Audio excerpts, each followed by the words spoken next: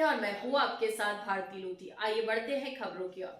उत्तराखंड और झारखंड दोनों राज्य के भोपाल प्रवासियों को आज राजभवन से राज्यपाल के आमंत्रण पर शाम 4:30 बजे एक रंगारंग लोकगीतों के साथ गठवाली समाज ट्रस्ट भोपाल के अध्यक्ष विजय सिंह नेगी, कुमाऊं समाज उत्तराखंड भोपाल के सुरेश कर्नाटक और झारखंड के अध्यक्ष संजय, तीनों के नेतृत्व में लगभग 30 कलाकारों ने राज्यपाल के समक्ष अपनी अपनी प्रस्तुति दी है और राज्यपाल महोदय ने देश के विकास को मिलकर कला संस्कृति से एक मंच पर लाकर समाज की एकता को मिलजुल कर आगे बढ़ाने के लिए प्रधानमंत्री नरेंद्र मोदी की प्रखर सोच और हर एक राज्य में स्थापना दिवस समारोह आयोजित करने पर जोर दिया है।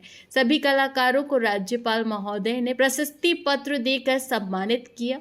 राज्यपाल महोदय को उत्तराखंड राज्य के दोनों अध्यक्षों ने उत्तराखंड राज्य के मोमेंटो भेंट कर सम्मानित किया गया। हमारे मुख्य अतिथि महामहिम राज्यपाल महोदय, उनके प्रमुख सचिव और उनके अन्य वरिष्ठ अधिकारीगण, उत्तराखंड के मेरे साथी सुरेश कर्नाटक जी, झारखंड के अध्यक्ष संजय भाई जी और उत्तराखंड और झारखंड के तमाम सब यहाँ पर उपस्थित सज्जनगण,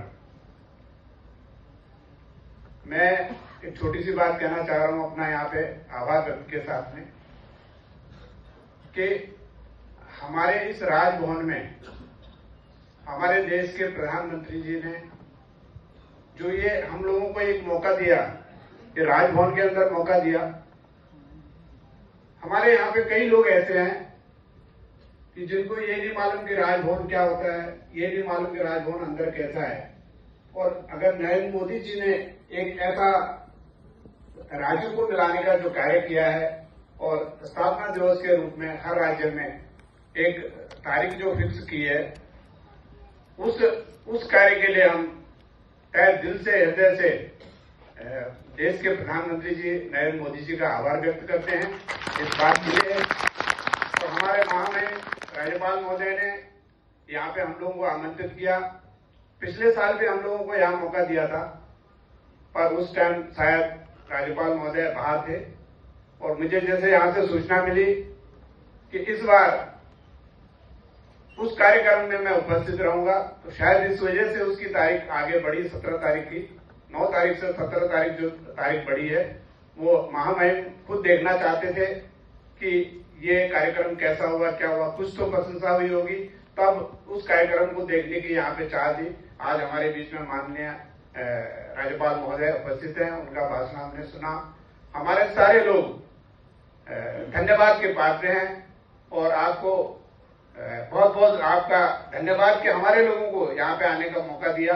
पहली बार ऐसे भी लोग हैं, कार्यक्रम तो खैर बहुत सुंदर है ही, आप देख ही रहे हैं। हमारी जिन बच्चों ने, जिन कलाकारों ने जो मेहनत की, जो अपनी एकता का, अपनी संस्कृति का, चाहे वो झारखंड हो चाहे उत्तराखंड हो, अपनी संस्कृति का।